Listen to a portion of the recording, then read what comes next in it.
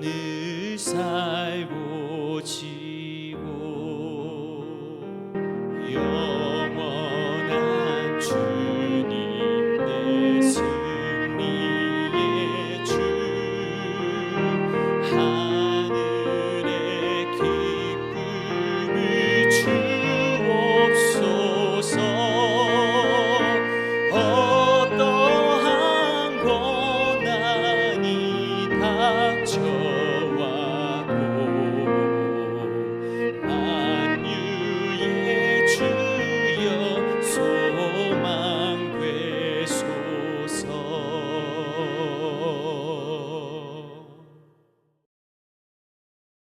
할렐루야! 오늘 우리가 함께 나눌 하나님의 말씀은 예레미야 1장 16절부터 19절까지의 말씀입니다. 함께 읽겠습니다. 무리가 나를 버리고 다른 신들에게 분향하며 자기 손으로 만든 것들에 절하였은즉 내가 나의 심판을 그들에게 선고하여 그들의 모든 죄악을 징계하리라. 그러므로 너는 내 허리를 동이고 일어나 내가 내게 명령한 바를 다 그들에게 말하라. 그들 때문에 두려워하지 말라. 네가 그들 앞에서 두려움을 당하지 않게 하리라. 보라, 내가 오늘 너를 그 온 땅과 유다 왕들과 그 지도자들과 그 제사장들과 그 땅 백성 앞에 견고한 성읍, 쇠기둥, 노선벽이 되게 하였은즉 그들이 너를 치나 너를 이기지 못하리니 이는 내가 너와 함께하여 너를 구원할 것임이니라. 여호와의 말이니라. 아멘. 오늘부터 우리는 성경 통독 범위를 따라서 예레미야서를 묵상하게 됩니다. 이 예레미야서는 레위인 제사장 힐기야의 아들, 특별히 하나님이 모태에 짓기 전에 선택하시고 택하신 예레미야 선지자를 통해 전해진 하나님의 말씀입니다.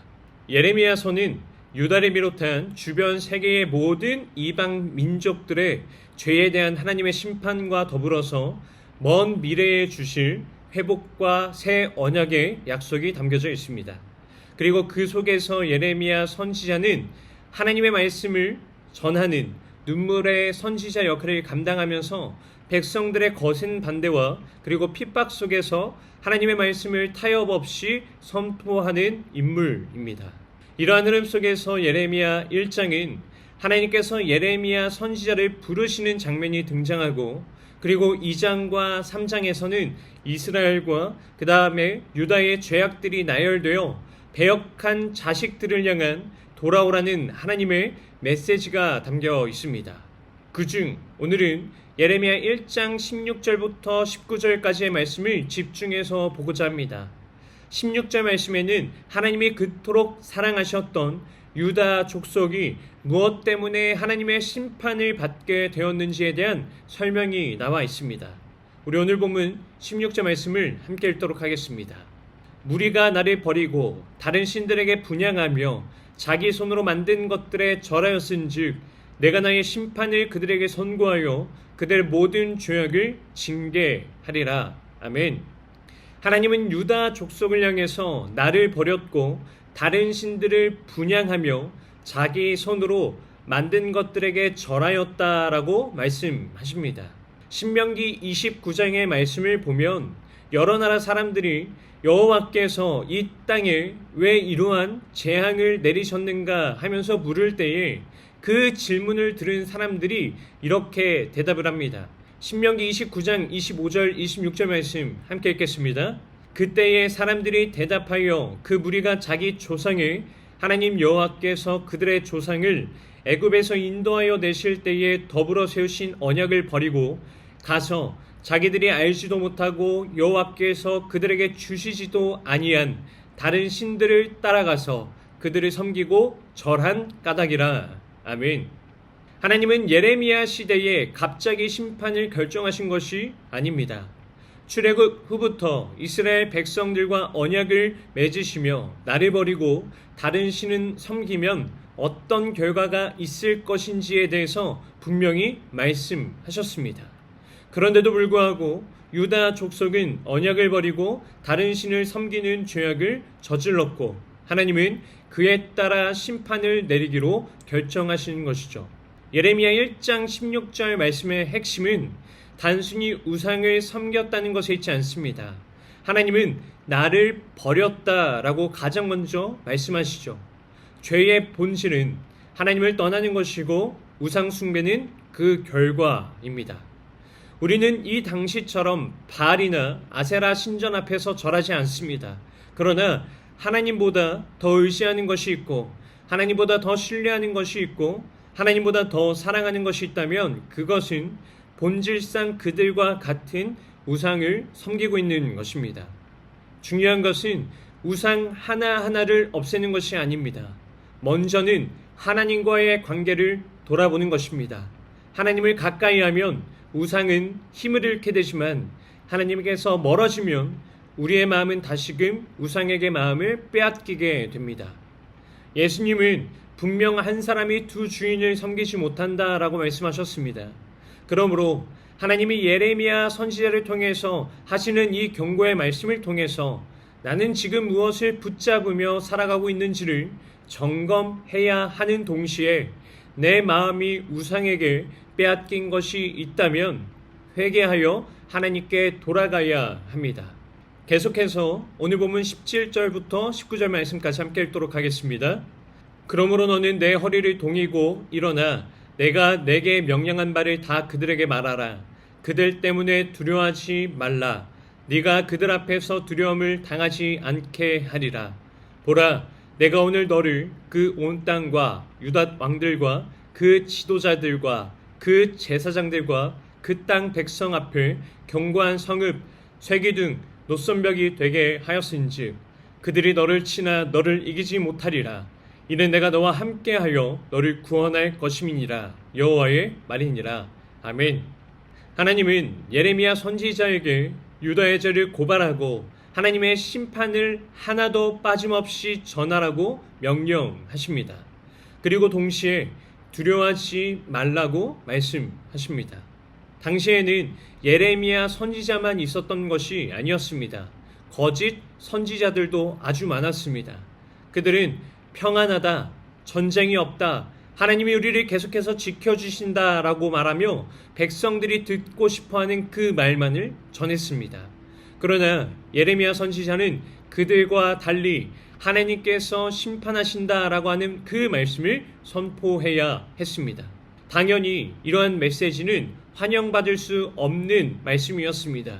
실제로 예레미야는 향후에 왕과 제사장들과 백성들에게 거절당하고 감옥에 갇히고 맞고 죽임을 당할 뻔하기까지 했습니다. 그렇기에 이 모든 일을 아셨던 하나님은 예레미야 선지자에게 소명을 주시면서 두려워하지 말라라고 말씀하신 것입니다. 그러나 하나님께서 예레미야 선지자에게 요구하신 것은 아주 분명했습니다. 내가 너에게 명령한 바를 다 그들에게 말하라 라고 하는 것이었죠. 말씀을 줄이지도 말고 사람들의 눈치를 보며 바꾸지도 말고 듣기 좋게 포장하지도 말라는 것입니다. 왜냐하면 하나님의 말씀은 가감없이 전해져야 했기 때문이죠. 이유, 하나님은 그들이 이기지 못할 것이요 내가 너와 함께하여 너를 구원하겠다라고 말씀하시면서 예레미야 선지자가 하나님의 말씀을 올바르게 전하도록 하셨습니다. 사랑하는 성도 여러분, 예레미야 시대의 백성들은 하나님의 말씀보다 자신들이 듣고 싶어하는 그 말을 더 좋아했습니다. 죄를 지적하는 말씀보다 괜찮다, 평안하다라고 말하는 거짓 선지자들의 말을 더 반겼습니다. 결국 그들은 하나님의 말씀을 거역하였고 그 선택은 그들을 생명이 아닌 멸망으로 이끌었습니다. 오늘 우리는 이 말씀을 들으면서 우리의 모습을 돌아봐야 합니다. 우리는 말씀을 들을 때에 내 마음에 위로가 되는 말씀은 기쁘게 받습니다. 그러나 죄를 돌아보게 하고 회개를 촉구하며 내 삶을 바꿔야 한다라고 하는 그 말씀 앞에서는 마음이 불편해질 때가 많습니다. 어느새 하나님의 말씀이 아니라 내가 듣고 싶은 말씀을 선택하려는 모습이 우리 안에 있는 것이죠. 하지만 하나님의 말씀은 우리의 길을 즐겁게 하기 위해서 주어진 말씀이 아닙니다. 우리의 영혼을 점검하고 살리기 위해 주어진 말씀입니다. 때로는 위로하시고 때로는 책망하시며 때로는 돌이키라고 말씀하시는 이유는 우리를 사랑하시기 때문입니다. 사랑하는 부모가 자녀를 바르게 세우기 위해 때로는 따뜻하게 안아주는 것도 필요하지만 때로는 엄하게 가르치는 것처럼 하나님께서도 우리의 영혼을 살리시기 위해 꼭 우리에게 필요한 말씀을 주십니다. 그러므로 우리는 때로는 죄를 돌아보게 하고 회개를 촉구하며 내 삶의 결단을 요구하는 말씀 앞에 설 때마다 하나님, 제가 듣고 싶은 말씀보다 제게 꼭 필요한 말씀을 듣게 하여 주옵소서라고 하는 그 마음을 품어야 합니다.